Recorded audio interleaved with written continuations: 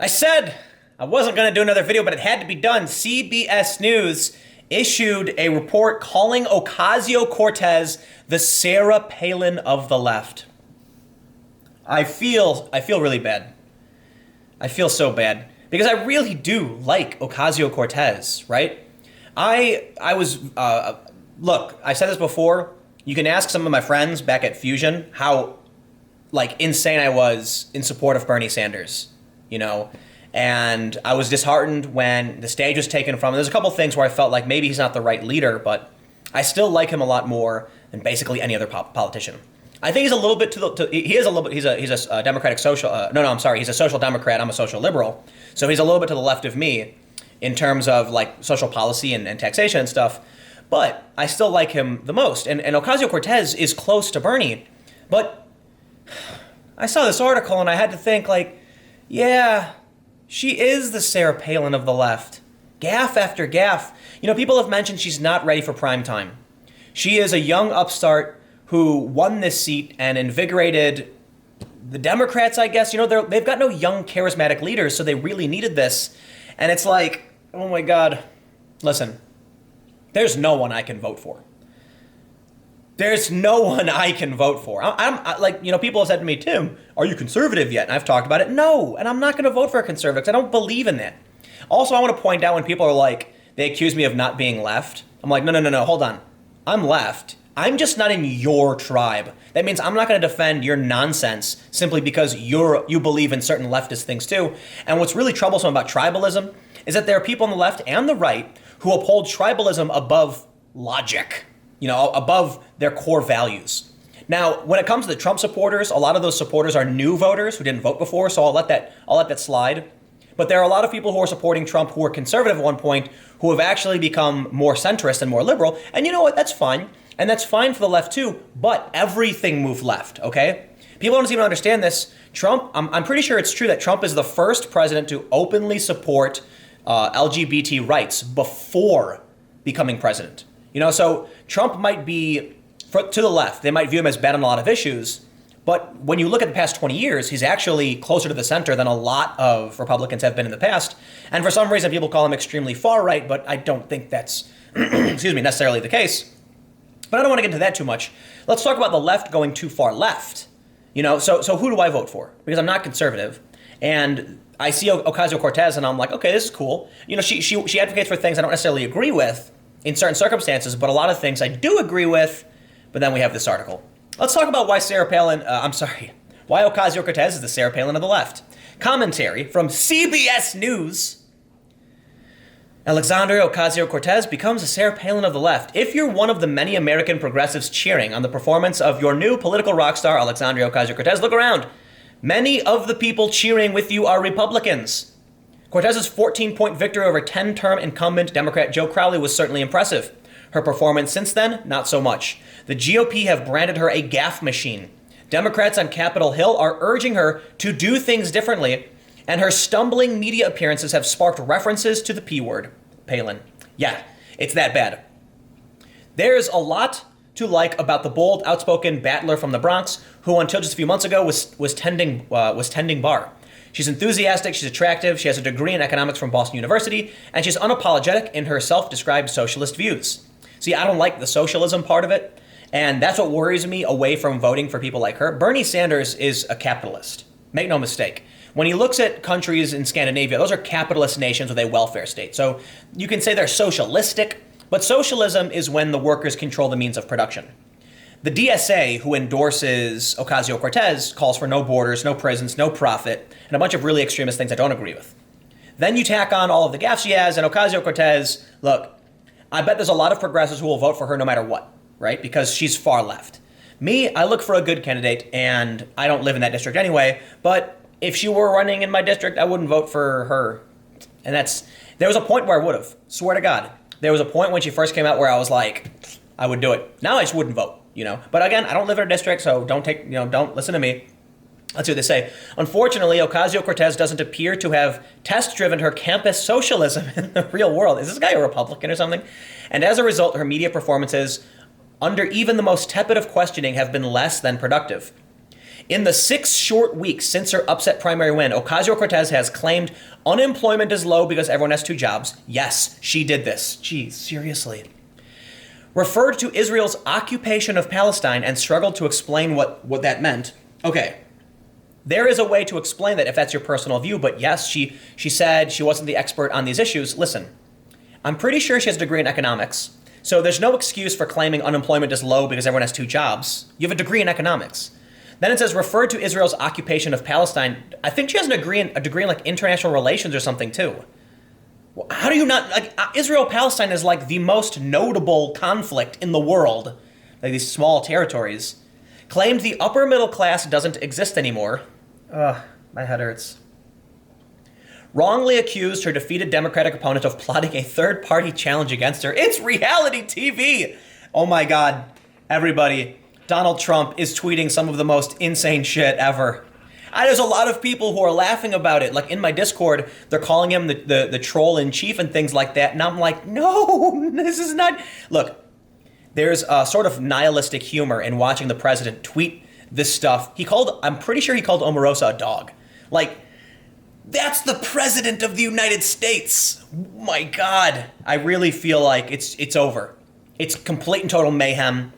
Ocasio-Cortez is like the poster child of the Democratic Party, and it's just gaffe after gaffe after gaffe. And Trump is tweeting like a madman on a reality TV show. I feel like I'm watching WWE.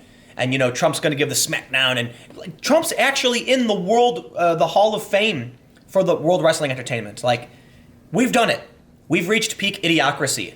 Okay? By all means, like Ocasio-Cortez, all right? I know there's a lot of people on the left. They're going to be yelling at me and attacking me. Like Trump, that's what I'm saying. I'm just saying, you have to admit, this is nuts, okay? You have to admit, the gaffes coming from Ocasio-Cortez and her being propped up by the Democrats is a facepalm. And Donald Trump tweeting like a madman. And I don't mean like he's insane. I mean like he's tweeting just like outrageous things. And like I said, there's kind of like a nihilistic humor. Like I could sit back with a beer laughing as I watch the world burn, but I'm concerned about all this. Who are the Democrats going to put forward? You know, I don't have anybody to vote for, and this is why I usually don't vote. But who are they going to put forward? Yeah, probably no one if they're putting Ocasio-Cortez forward. And at this point, it's just like, oh my God. Here we go. She also compared the cost of the GOP tax cuts, less than $2 trillion over the next 10 years, to the cost of her Medicare for All approach, estimated around $32 trillion. Then to make matters worse, she added this during a CNN interview.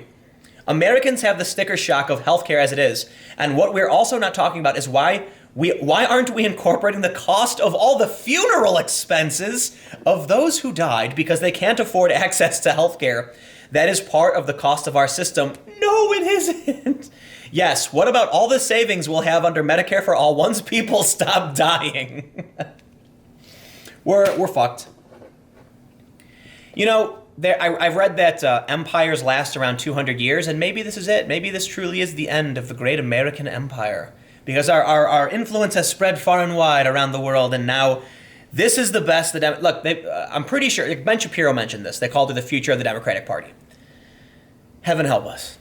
Donald Trump is a reality TV real estate mogul. He's literally a reality TV star. He tweeted that Mark Burnett called him to tell him there weren't any recordings of him. And I'm just like, have we? I could be wrong because I'm decently young. I'm 32, so I'm just like at this point a man. But I don't know if we had other presidents who were this. What's the right word? Not necessarily flamboyant, but eccentric, to say the least. And you know, I understand that what Trump says doesn't reflect on what he does policy-wise, but you've got to admit there's a certain humor.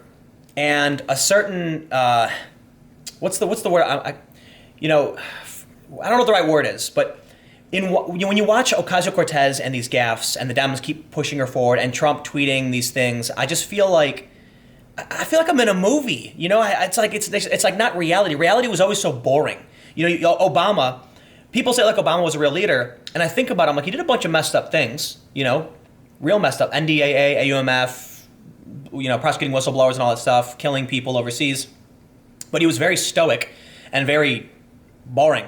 And now you have Trump, who is loud, obnoxious, I'm pretty sure he called a woman a dog on Twitter just recently. The president of the United States referred to a woman as a dog. And then the Democrats are like, okay, let's put forward a 28-year-old who's going to go, 28-year-old Ocasio-Cortez flying around the country endorsing candidates. She hasn't even been elected yet. What is this? Cortez has not been elected yet, okay? She has won a primary. It's very likely because she's in a plus 20 district, the Republican won't win, but Joe Crowley is still on the ballot. She hasn't won anything. She is not a politician. Well, she is, but she's not a sitting member of Congress right now, and she's doing endorsements. With all of these gaffes, why would you want her endorsement? This is crazy. Okay, I'm gonna calm down. We'll read a few tweets.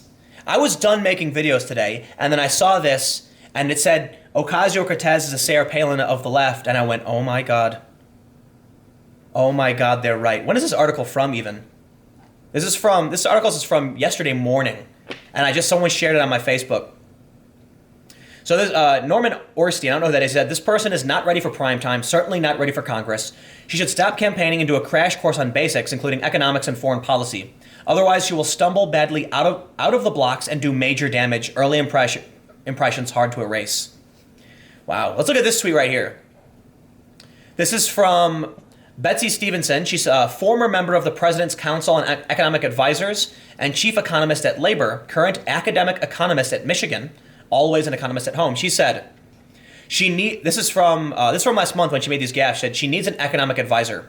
Instead of that nonsense, she should say wages are largely stagnant despite the strong economy and rising profits. Too many people have had to add a side hustle to their main job to cover the rising costs of childcare, healthcare, and education.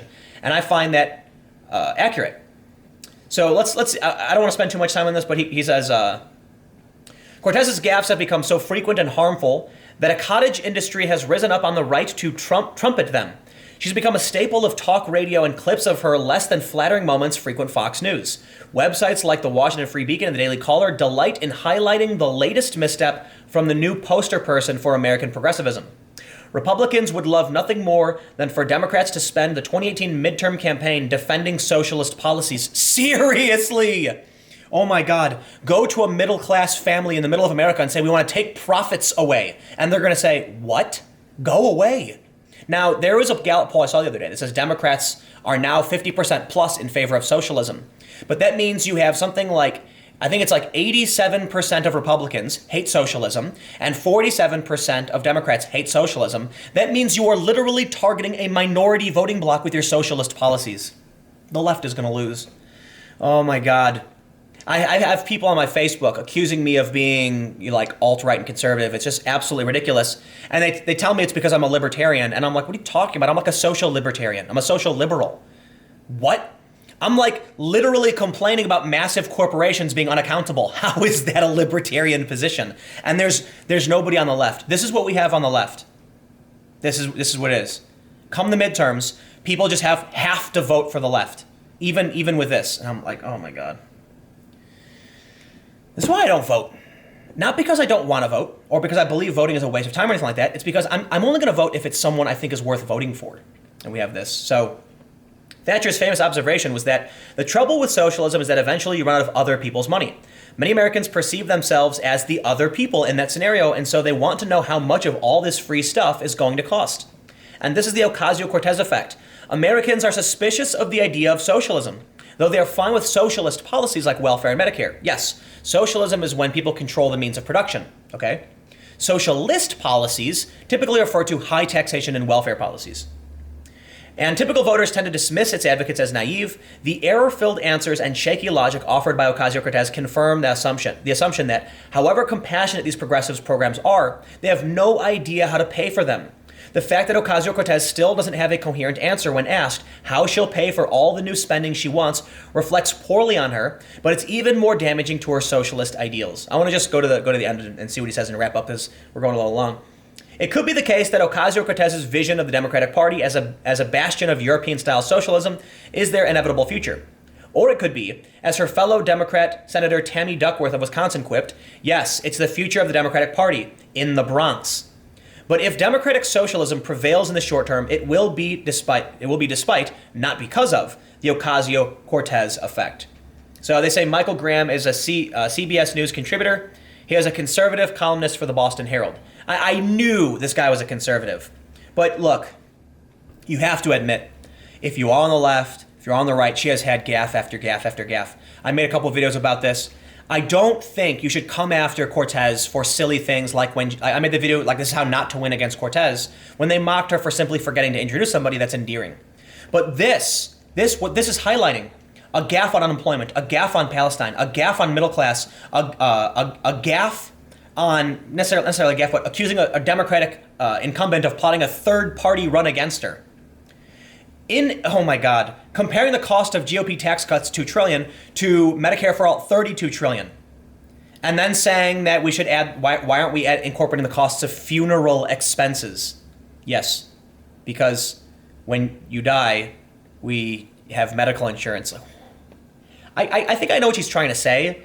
Like, if people didn't die because they had Medicare, then we wouldn't have to pay for the funeral. But it's still just like, she's taking this idea and just stretching it as thin as possible. Oh no. Oh my God. I guess I would agree. Ocasio-Cortez is the Sarah Palin of the left. Sorry, Sarah Palin, no disrespect, but there you go. It's been said. And it was said by a conservative, so you can't get mad at me. Anyway, I'm out of here. This is it. This is the last video for the day. I'm gonna go bowling or something.